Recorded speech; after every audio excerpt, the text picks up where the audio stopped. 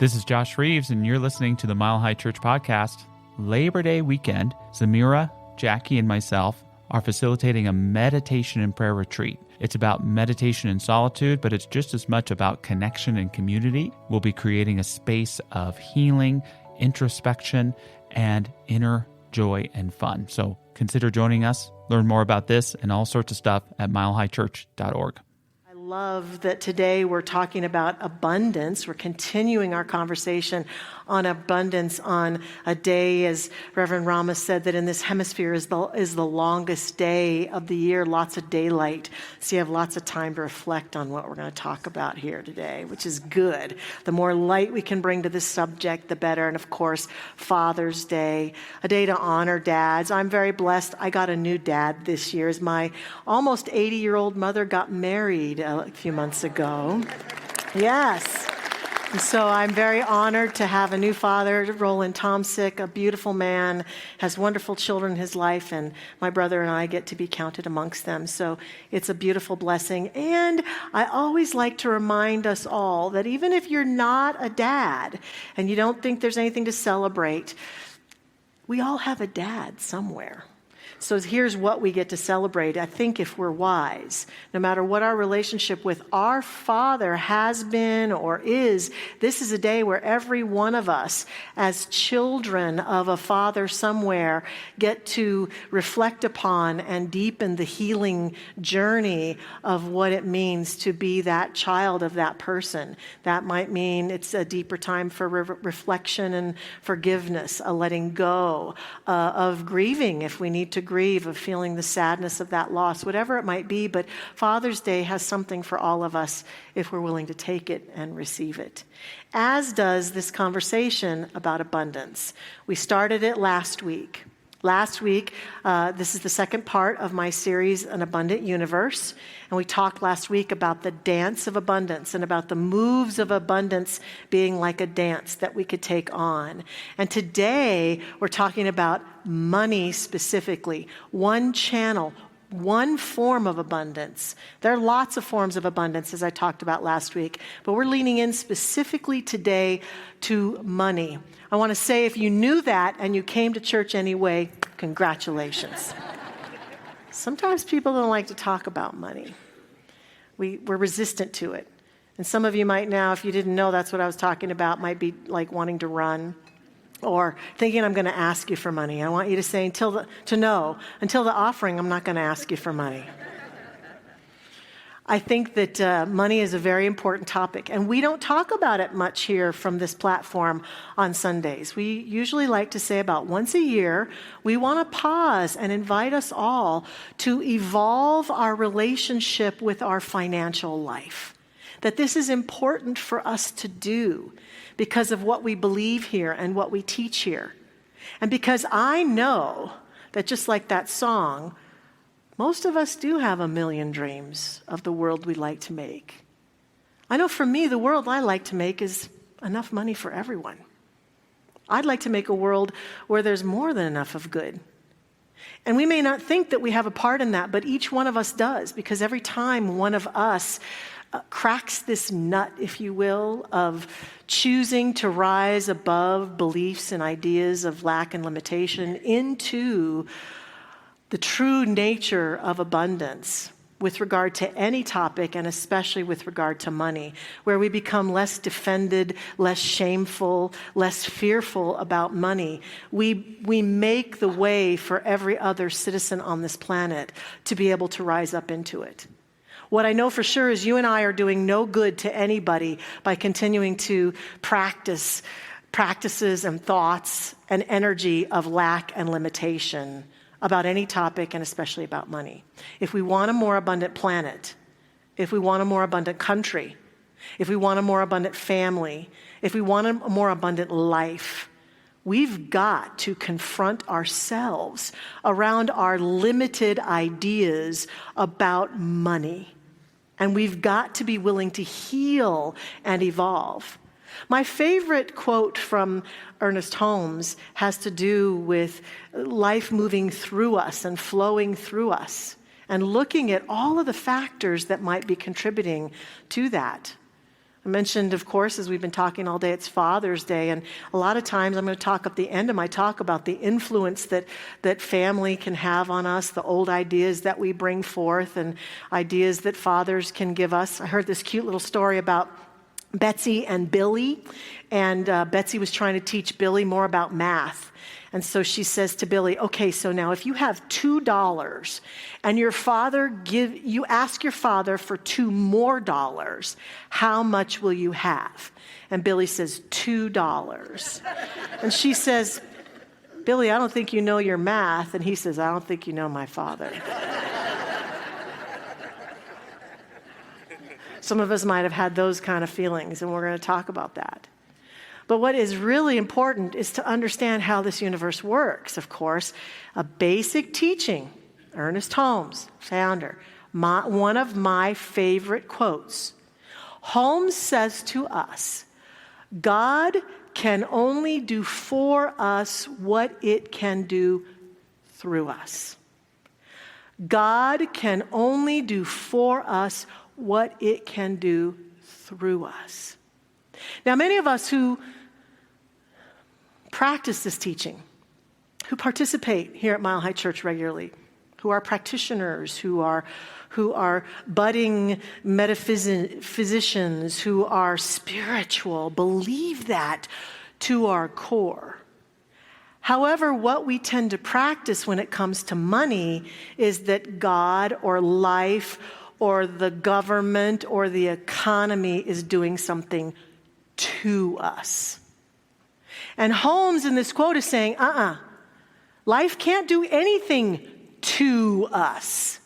It can only do through us. Therefore, what matters in any subject to change or create more, what matters is looking at what is inside of me in terms of my beliefs, my ideas, my decisions, my pains, my successes, my failures, my ideas about myself, about the world, so that I can change my consciousness, my ideas about what's possible, my beliefs about myself, so that when it comes to this topic or any other topic that is important to me, I'm paying attention to what life is doing through me, not to me.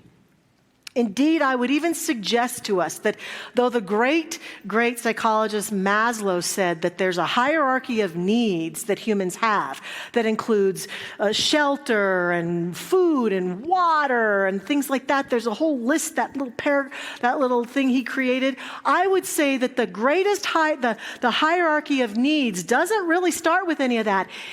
It starts with consciousness. It starts with belief systems. It starts with attitudes. It starts with what's healed or unhealed inside of us.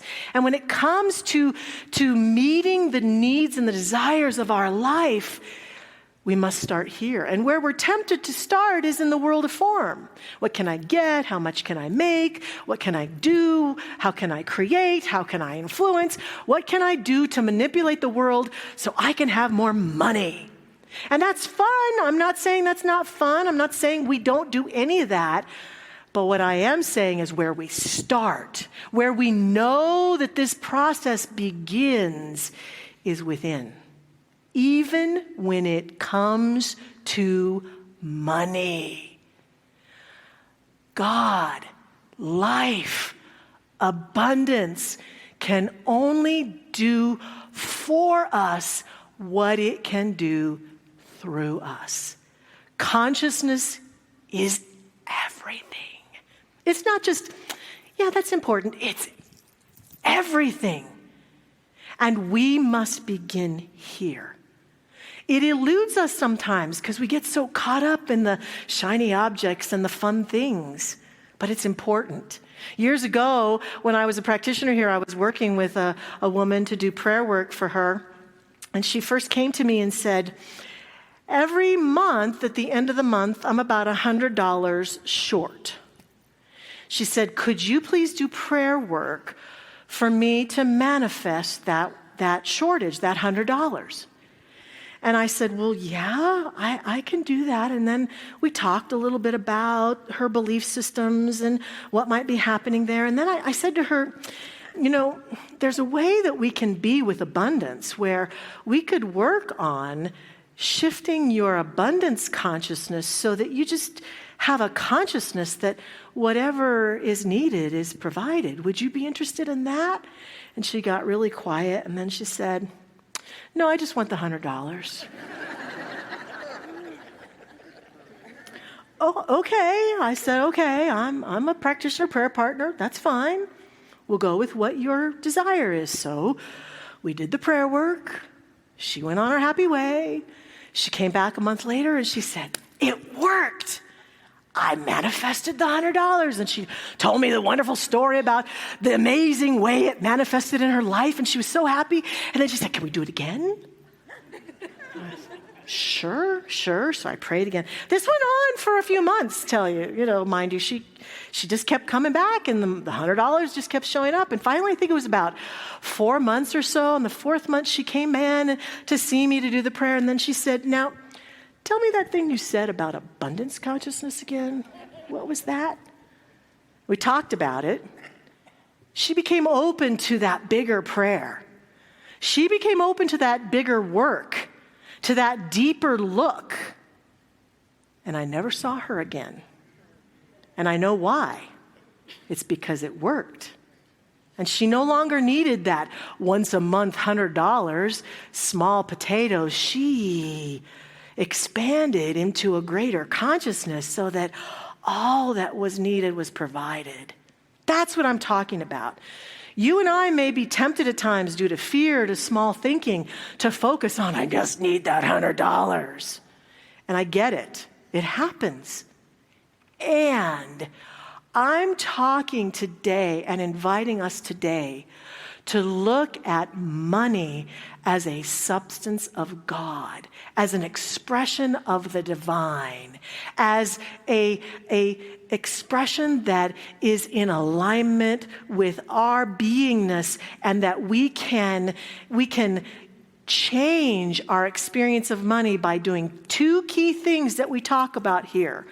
Cleaning up the places where we're caught up in lack and limitation and pain and disappointment, cleaning it up, forgiving, letting go, moving on, healing, and embracing the notion that I'm in constant cooperation with the divine presence such that I am a place where good flows through me into my world. A new design for money. It's an important design. And I've brought 3 R's today that I think can help us with this. The 3 R's are reverence, responsibility, and release. Now, reverence isn't about worshiping. We are not talking here. Some people think that this new thought movement, this religious science movement is all about worshiping money, that we worship money somehow. No, it's not about worshiping it. It's about living in balance and harmony with it and believing that there's more than enough for everyone, and that I am placing myself in consciousness in a way such that I am making myself available for it to be expressed. And that with reverence comes a healthy respect, comes a healthy understanding of the flow and how this works. Money is current, it flows, and so I am allowing myself to be in reverence and honor. I am telling myself and reminding myself that money is not some dirty substance that's been touched by a billion people. It is a holy substance that I make myself available for through my work. Through the work that I do, that it's an expression of the divine, and that I'm available to it and I'm available for it, and that I choose out of reverence to do the holy sacred work of living my life, utilizing the beautiful tool of God as money for myself and for the benefit of others. And that's a healthy sense of reverence around money. that I learn to have respect for it. I don't treat it with shame, and I don't treat it as though it doesn't bless me. I don't treat it as though it's not a blessing. That I see that there are many channels. This is an important element of it. That when I understand and have a healthy reverence, I also don't myopically focus on one channel. I don't chase after it like, my job is my source and they better give me a raise for gosh sakes. No, I understand that I would prefer to be paid more for what I do, and there are so many channels through which this good can come. There are limitless channels of money.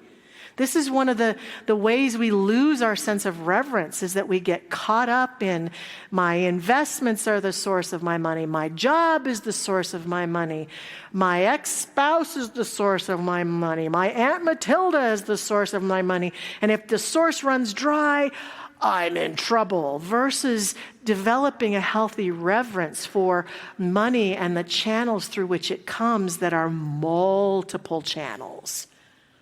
Multiple channels. That I can understand and be available for all of the channels of good that come. And therefore, then I experience great surprises and synchronicities and a feeling of being in the current, in the flow, making myself available. That's reverence. Responsibility, then, is that I am a conscious and conscientious steward of that which does flow into my life. I don't just take it lightly or treat it lightly. I am grateful for that which comes my way. I take responsibility for it and understand and give myself credit. I'm so grateful that my consciousness was open enough to allow that good to come my way. I'm so blessed, and I see my blessings. I'm conscious and awake to the financial good that comes to me. We talk a lot in the abundance classes that I am blessed to teach here about avoiding something I call intuitive banking, where I just kind of guess how much money I have, maybe. I don't really like to look at it. I don't like to look at it. It's so depressing. No. If I am in reverence and responsibility, I look right at what I have. I look at my bank accounts, not obsessively, but I know what's there. I know what's in my savings accounts. I know how much debt I have. I know and I choose to be responsible. Sometimes our fear and our shame cause us to look away. But someone who is spiritually courageous around money can look right at it and say, I know what's here. I know what I've got. I know what I don't got. I know what I'm choosing to create. I've got a million dreams of the life that I want to make. And I know that being informed and awake and conscious is part of how I choose to be responsible. This is important for me to move forward in responsibility. I also think that a person who especially is spiritually responsible takes time and is willing to pray about their finances. I've gone to my practitioner about my finances, my prayer partner about my finances, to increase or to have wisdom or clarity. I pray before we pay bills. Oh my God, do I pray before we do taxes? We pray before we do budgeting. We pray before we plan. We get ourselves centered so we don't go into those experiences like, oh God, I got to do this again. I got to pay the bills again. I send the money out when I pay the bills with joy and gratitude. I talk a lot in the abundance classes about, I pay the electric bill and I'm so grateful because, I kind of like electricity. It works for me. So I'm really grateful that I get to pay. I like my car. I'm so grateful that I get to have this I like my house. That mortgage payment, that rent, it means I have a roof over my head. I don't take it for granted. I'm present to it. I see it. I celebrate it. I acknowledge it. I'm responsible for it. And then release. I allow myself to be in the flow. I allow myself to circulate financial good through these different ways that I might pay bills or pay for things or gift people or share in giving money away in certain instances. And so I'm in the flow. I allow myself to release it. I allow myself to circulate it. I allow myself to be in that process and to understand. See, this is one of the things that happens, that people don't circulate, they spend, and then they're afraid because they spent it. And if I spent it, that means it's gone. But a person who understands that they're in the flow can circulate because they can say to themselves, there's more where that came from. There's more where that came from. I'm in the flow. I'm in the flow. I gladly and willingly surrender and circulate this good. One of the ways that we do that here a lot at Mile High in classes, some of you have probably experienced it, is through our Unexpected Income Club. This is one of my favorite things we do in classes. We make it available. No one has to do it, but they're welcome to do it, to join the Unexpected Income Club. And what that means is that when unexpected good comes our way, we give back from it. So if someone pays for your coffee, or if someone buys you lunch, or you get a rebate or something that was unexpected, you give from that into life. You might share it with someone you love, or an organization that you love, or a charity that you love. You might circulate, but it's a way to really be in the flow of that unexpected good and to celebrate it and be in joy about it. And so we have a wonderful stewardship team here at Mile High, and we're going to start making that unexpected income available for anybody and finding ways to celebrate it and honor it and be a part of it, because it's such a beautiful practice of circulating and just releasing and letting go in love and joy. So those are the 3 R's. And the last one is the one that I promised earlier. It's the one that has to do with healing the hidden layer. The hidden layer is that if we are struggling in any realm of our life and we don't feel we have enough, or it's been challenging, or we can't quite get in the flow, what we learn to do here is to go within and say, what's hindering the flow? And it could be some old belief. We all had parents and caregivers and adults around us who modeled for us not only how they behaved, but I think children are little sponges that absorb our energy. And so when we do what we do, how we do it matters. I suspect if we really think about it, most of us would say, well, my mother and father always seemed to have enough money, but I could sense the tension. Every time my mother wanted to buy a new purse, or every time it was time to go buy the groceries, I could feel the tension. Well, that tension that we might have felt and taken on can be present even now, no matter how old we are, as we approach our own money life. And so what we get to look at and what we get to work on, again, this is in any subject in our life. What we teach here is we get to look at who do we need to let go of? Who do we need to forgive? Who do we need to heal our relationship with so that we can experience greater abundance or greater good in our life? And sometimes it's simply that someone showed us a way or modeled a way of being that despite our best efforts, we are just naturally duplicating in our life.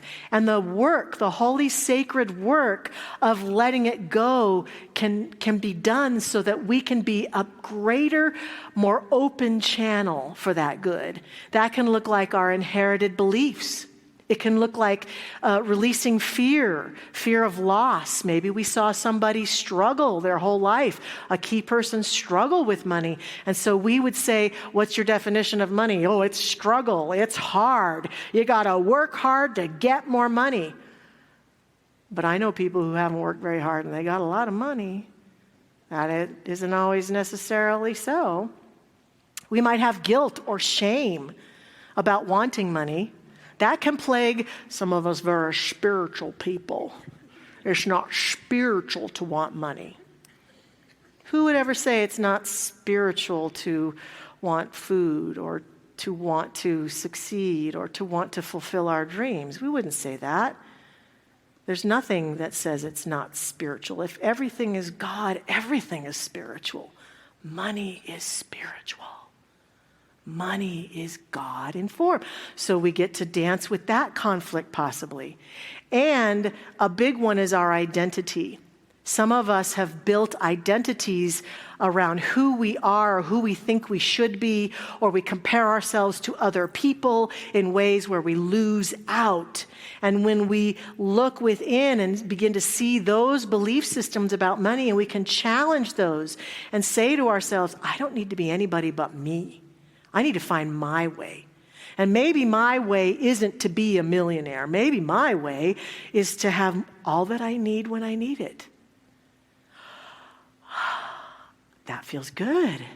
Finding our way in our money life is important, not comparing ourselves or contrasting ourselves to anyone, but finding our way, not being beholden to what our parents decided. Some people, I remember reading from a book, have what they call an upper limit problem, an upper limit problem, just an underlying, I shouldn't ever make more than my father made, because that's disrespectful.